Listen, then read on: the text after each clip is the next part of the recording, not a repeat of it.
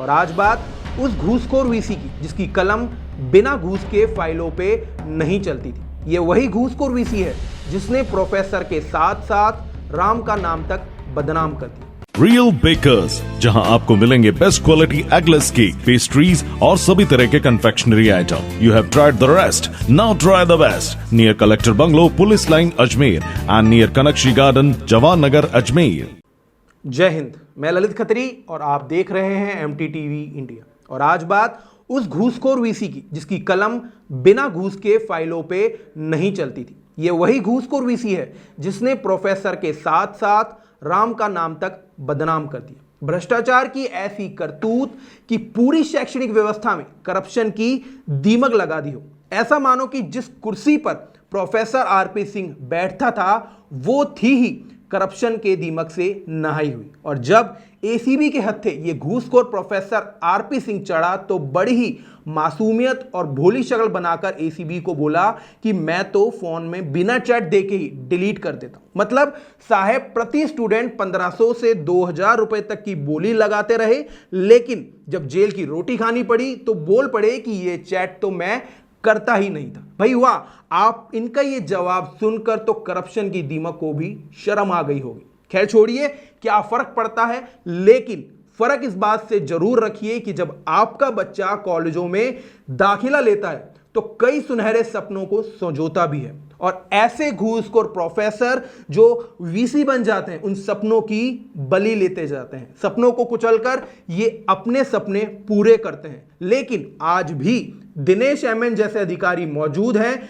जिनकी बदौलत राजनीतिक शरण पाए घूसखोर जेल की सलाखों के पीछे पहुंच जाते हैं। वहीं अब ACB के शिकंजे में फंसे घूसखोर निलंबित कुलपति प्रोफेसर RP सिंह से जुड़े ठिकानों पर भी जांच होगी और इस जांच की आग जयनारायण व्यास विश्वविद्यालय जोधपुर तक पहुंच गई है। ACB की टीम अब जयनारायण व्यास विश्वविद्यालय जोधपुर में RP सिंह के कार्यकाल की भी जांच करेगी, जिसकी अनुमति गहलोत सरकार ने ACB को दे दी है। दरअसल निलंबित कुलपति प्रोफेसर RP सिंह जब जयनारायण व्यास विश्वविद्यालय में कुलपति थे तब भी उन पर कई गंभीर आरोप लगे थे, जिनमें ऑनलाइन ठेका देने से लेकर निर्माण कार्य में वित्तीय घोटाले तक शामिल है। घूसखोर RP सिंह उस समय भी निजी कॉलेजों को संबद्धता देने, सीटें बढ़ाने और परीक्षा केंद्र में भ्रष्टाचार करने की चर्चाएं थी, जिसकी कई बार शिकायतें भी हुई, लेकिन कोई ठोस कार्यवाही तत्कालीन सरकार द्वारा नहीं की गई। लेकिन अब गहलोत सरकार ने इन सभी शिकायतों में जांच करवाने का फैसला कर लिया है, जिसके बाद घूसखोर आरोपी RP सिंह की बचना मुश्किल है। वहीं दूसरी ओर ACB इस मामले में किसी को भी बख्शना नहीं चाहती, इसलिए ACB इस मामले में किसी प्रकार की कोई कसर नहीं छोड़ना चाहती। तभी तो ACB ने MDSU में घूसखोरी के नेटवर्क की मजबूत कड़ी कुचामन के निजी कॉलेज संचालक राजेंद्र चौधरी को गिरफ्तार कर लिया है। ये वही राजेंद्र चौधरी है जो निलंबित VC रामपाल सिंह और उनके दलाल रणजीत तक निजी कॉलेजों के संचालकों की फाइलें एकत्रित कर इनकी एकमुश्त मोटी राशि पहुंचाता था और भ्रष्टाचार के रोज नए अध्याय लिखता था।